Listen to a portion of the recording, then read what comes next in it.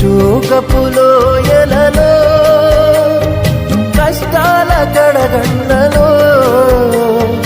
కడలేని కడలిలో నిరాశ నిస్పృహలో అర్థమి కాని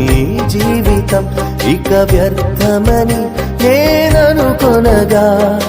అర్థమి కాని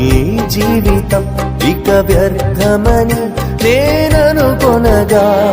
కృపా కనికరము గల దేవా నా కష్టాల కడలిని దాటించితివి కృపా కనికరము గల దేవా నా కష్టాల కడలిని దాటించితివి